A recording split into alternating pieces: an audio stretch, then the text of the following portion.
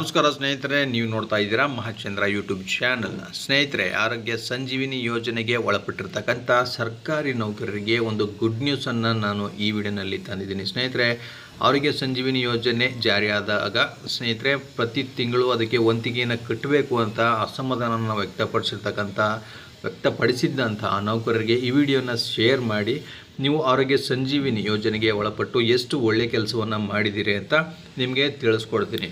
ನೋಡಿ, ಸರ್ಕಾರದಿಂದನೇ ಒಂದು ಆದೇಶವನ್ನು ಹೊರಡಿಸಲಾಗಿದೆ.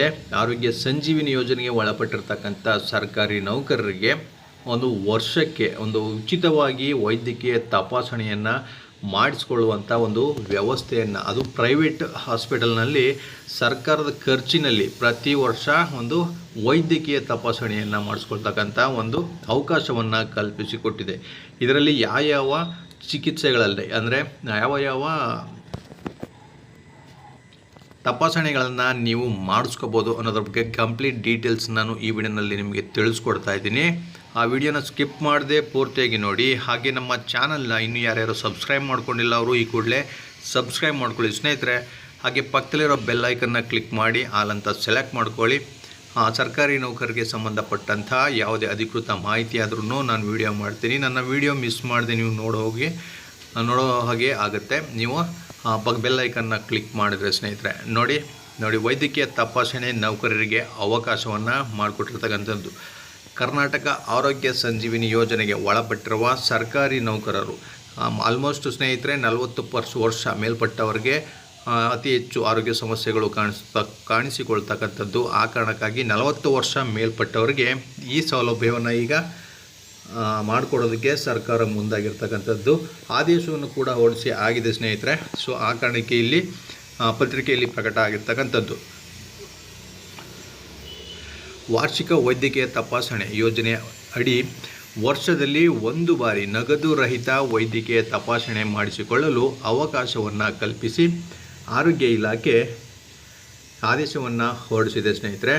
ಇದರಲ್ಲಿ ಯಾವ ಚಿಕಿತ್ಸೆ ತಪಾಸಣೆಗಳನ್ನು ನೀವು ಮಾಡಿಸ್ಕೋಬೋದು ಅಂತಂದರೆ ನೋಡಿ, ರಕ್ತದೊತ್ತಡ ಅಂದರೆ BP, ಮಧುಮೇಹ, ಸಕ್ಕರೆ ಕಾಯಿಲೆ ಇರ್ತಕ್ಕಂಥದ್ದು, ಹೃದಯ, ಶ್ವಾಸಕೋಶ, ನರಮಂಡಲ, ಕರುಳು, ಕಿಡ್ನಿ, ದಂತ, ENT, ಕ್ಯಾನ್ಸರ್ ಸೇರಿ ಅಗತ್ಯ ಪರೀಕ್ಷೆಗಳನ್ನು ಮಾಡಿಸಿಕೊಳ್ಳಬಹುದಾಗಿದೆ.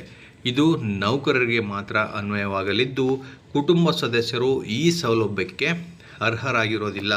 ಇದೊಂದು ಮುಖ್ಯವಾದ ಅಂಶ ನೀವು ಗಮನಿಸಬೇಕಾಗಿರ್ತಕ್ಕಂಥದ್ದು.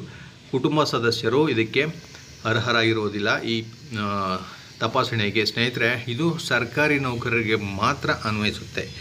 ಮತ್ತು ಸ್ವಾಯತ್ತ ವೈದ್ಯಕೀಯ ಸಂಸ್ಥೆಗಳು ಒಳಗೊಂಡಿರ್ತವೆ. ಸರ್ಕಾರಿ ಆಸ್ಪತ್ರೆಗಳು ಮತ್ತು ಸ್ವಾಯತ್ತ ವೈದ್ಯಕೀಯ ಸಂಸ್ಥೆಗಳು ಇದರಲ್ಲಿ ಒಳಗೊಂಡಿರ್ತಕ್ಕಂಥದ್ದು. ಈ ಯೋಜನೆಯಡಿ ನೋಂದಾಯಿಸಲ್ಪಟ್ಟ ಖಾಸಗಿ ಆಸ್ಪತ್ರೆಗಳಲ್ಲಿ ಮಾತ್ರ ತಪಾಸಣೆ ಮಾಡಿಸಿಕೊಳ್ಳಬೇಕಿದ್ದು ಒಂದೇ ಕ್ಲೈಮ್ನಲ್ಲಿ ಪರೀಕ್ಷೆಗೆ ಒಳಪಡಬೇಕು. ಇದಕ್ಕಾಗಿ ಸರ್ಕಾರ ನಿಗದಿಪಡಿಸಿರುವ ವಾರ್ಷಿಕ ವೈದ್ಯಕೀಯ ದರ ನೋಡಿ, ಪುರುಷರಿಗೆ ಸರ್ಕಾರ 2,000ರಷ್ಟು ಖರ್ಚನ್ನು ಮಾಡುತ್ತೆ ಈ ತಪಾಸಣೆಗೆ, ಮತ್ತು ಮಹಿಳೆಯರಿಗೆ 2,200ರಷ್ಟು ಖರ್ಚನ್ನು ಮಾಡುತ್ತೆ. ಸೊ ಈ ಖರ್ಚನ್ನು ಸರ್ಕಾರ ಮಾಡುತ್ತೆ. ನೀವು ಹೋಗಿ ತಪಾಸಣೆಯನ್ನು ಮಾಡಿಸ್ಕೊಂಡು ಬರಬೇಕಾಗಿರೋದು ಅಷ್ಟೇ ಸ್ನೇಹಿತರೆ. ಈ ಮಿತಿಗೆ ಒಳಪಟ್ಟು ನೋಡಿ ಮಂಜೂರಾತಿ ನೀಡುವಂತೆ ಹಾಗೂ ತಪಾಸಣೆಗೆ ಯೋಜನೆಯಡಿ ಆಸ್ಪತ್ರೆಗಳೊಂದಿಗೆ ನೋಂದಾಯಿತ ಖಾಸಗಿ ಆಸ್ಪತ್ರೆಗಳೊಂದಿಗೆ ಸೂಕ್ತ ಒಪ್ಪಂದಕ್ಕೆ ಕ್ರಮ ವಹಿಸಲು ಸುವರ್ಣ ಆರೋಗ್ಯ ಟ್ರಸ್ಟ್ಗೆ ಸೂಚಿಸಲಾಗಿದೆ. ಸ್ನೇಹಿತರೆ, ನಿಮ್ಮ ಆರೋಗ್ಯ ಸಂಜೀವಿನಿ ಯೋಜನೆಯನ್ನು ಮೇಂಟೈನ್ ಮಾಡ್ತಾ ಇರ್ತಕ್ಕಂಥ ಸುವರ್ಣ ಆರೋಗ್ಯ ಟ್ರಸ್ಟ್ಗೆ ಈ ಸೂಚನೆಯನ್ನು ನೀಡಿರ್ತಕ್ಕಂಥದ್ದು. ಇದರ ಆದೇಶ ನಿನ್ನೆಯಷ್ಟೇ ಹೊರಡಿಸಲಾಗಿದೆ ಸ್ನೇಹಿತರೆ. ಸೊ ಹಾಗಾಗಿ ನಿಮಗೆ ಈ ವರ್ಷದಿಂದನೇ ಈ ಸೌಲಭ್ಯ ಅನ್ವಯ ಆಗುತ್ತೆ. ಸೊ ವರ್ಷಕ್ಕೆ ಒಂದು ಬಾರಿ ಈಗ ಆದೇಶ ಹೊರಡಿಸಿರ್ತಕ್ಕಂಥದ್ರಿಂದ ನಿಮ್ಮ ಇಲಾಖೆಗಳಲ್ಲಿ ನಿಮಗೆ ಅವಕಾಶವನ್ನು ಕಲ್ಪಿಸ್ಕೊಡ್ತಾರೆ. ಯಾವ ತಿಂಗಳಲ್ಲಿ ನೀವು ಅಲ್ಲಿ ಹೋಗಿ ಚೆಕಪ್ಪನ್ನು ಮಾಡಿಸ್ಬೇಕು ಅಂತ. ಸೊ ನಿಮಗೆ ಹಾಸ್ಪಿಟಲ್ ಕೂಡ ಮೆನ್ಷನ್ ಮಾಡಿ ಕೊಡ್ತಾರೆ ಸ್ನೇಹಿತರೆ.